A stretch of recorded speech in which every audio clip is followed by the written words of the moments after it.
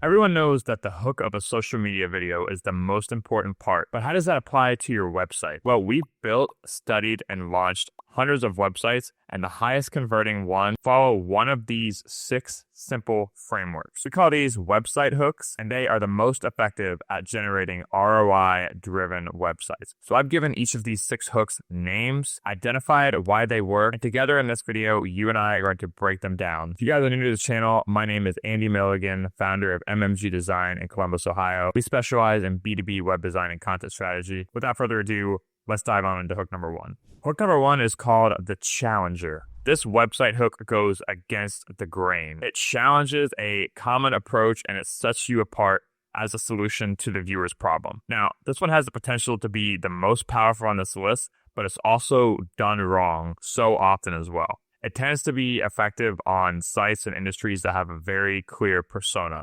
It can be amplified really well through assets and clean, differentiated design. And the goal is to create a style that resonates and stand out. You want to be differentiated, but not abrasively so.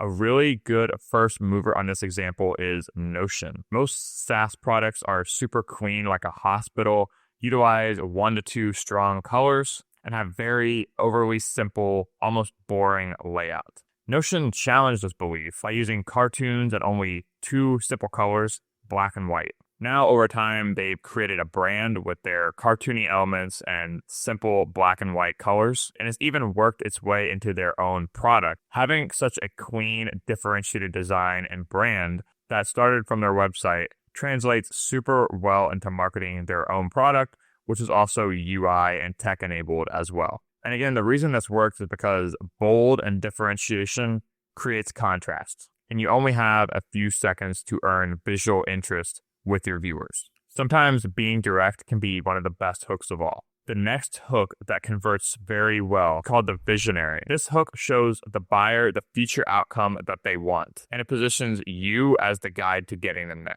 Let me explain. You want to identify pain. This is the purpose and crux of all homepages. You do not want to talk about yourself, and it's the mistake that we see so often on B2B sites. So many times companies lean onto talking about themselves. In reality, all the viewer cares about is how what you do applies to them. And it's such a hard mindset to get some of our clients out of sometimes. But identify their problems in the first 5 seconds of them landing on your homepage. You want to create desire and intrigue, and that's what's going to earn you a scroll or a conversion. A few really good examples of this. For a financial consulting firm, no more guessing on your cash flow, get clarity in 7 days. Here you're positioning the problem that the viewer can identify with and the solution right below, and in the subheadline you can expand and identify on this. We call this the Visionary because you're meeting the viewer where they're at and you're showing them the potential future outcome of what the problem looks like solved. Your job is to show them that future and how you can get them there. The next hook we're going to talk about is called the Tester. This hook shows a real-world trial, result, or case study that you've achieved for someone just like this person. Think of it as bringing your receipts to the party. And this is what we're seeing with this hook. Data performs very well when you use the Tester hook framework. It leans on the numbers to do the talking, but it's not just the data that makes it effective.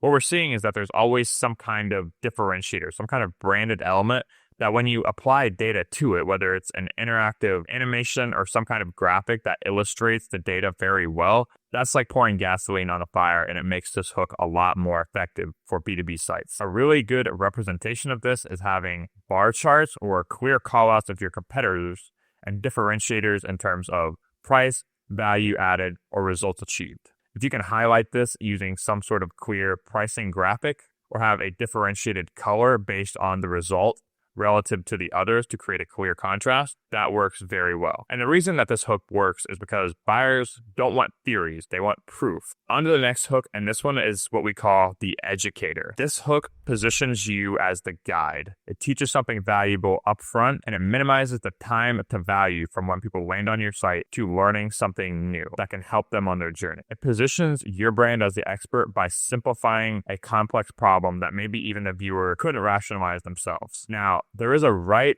and a wrong way to do this, so you have to be careful. The educator hook still focuses on the viewer. You don't want to be talking about yourself. The sole intent of this hook is to gain trust and authority. You want to simplify the problem up front to show the viewer that you know what you're talking about. to establish that trust. You want to create an impression and experience where they say, yes, this person knows me, they know my problem, they've spent time talking to other people like me. This is manifested really well through encouraging simplified copy and social proof, especially in the form of high status reviews with headshots, stars, and very brief callouts of the most dense praising copy from these testimonials. The reason that educator is so effective when done right is because people remember someone who taught them something. You want to build goodwill and cash in on that trust later. If your site can teach and educate first, trust will immediately follow. And trust is what leads to conversions.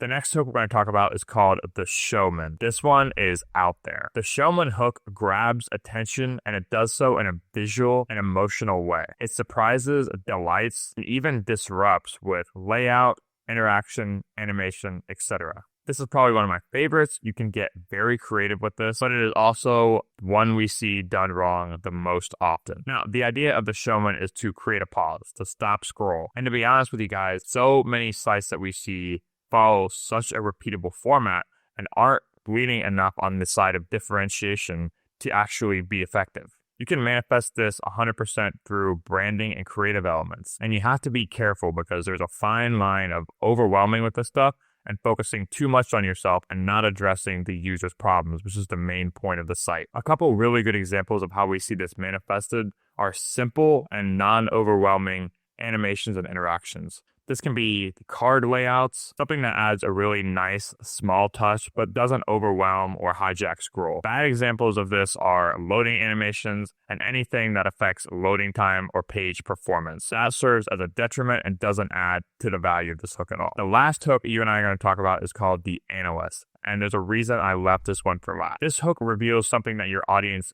did not know before, but they should. It's where curiosity meets insight.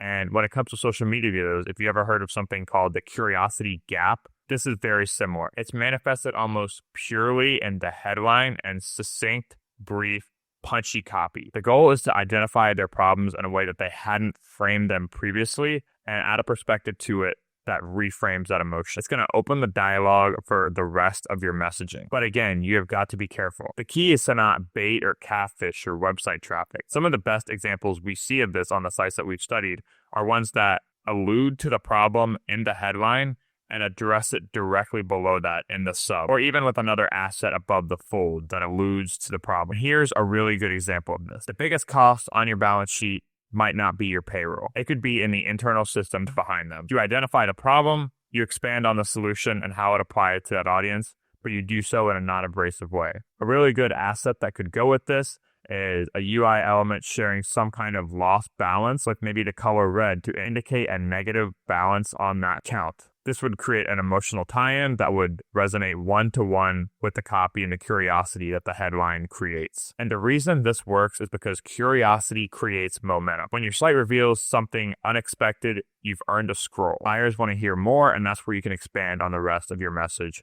and how it applies to them. So to wrap this up, every homepage needs a hook, but not every hook needs to be flashy. All of these hooks, the challenger, the visionary, the tester, the educator, the showman, and the analyst, they all solve the same problem. And they can be applied to any industry and any message. But here's what they all do well. They create contrast between your buyer's current state and their future state. And it puts you as the middleman to helping them get there. Again, my name is Andy, founder of MMG Design in Columbus, Ohio, B2B web design and content strategy. If you got value out of this video, please leave a like and subscribe. We're uploading every week. If you liked this video, you're definitely going to want to watch this one where we broke down 10 studies of the highest converting websites and how they can apply to yours. These are backed by data and it's super rich and it took us over 6 hours to produce. You're definitely going to want to check that out. Thank you guys for watching and I'll see you in the next one.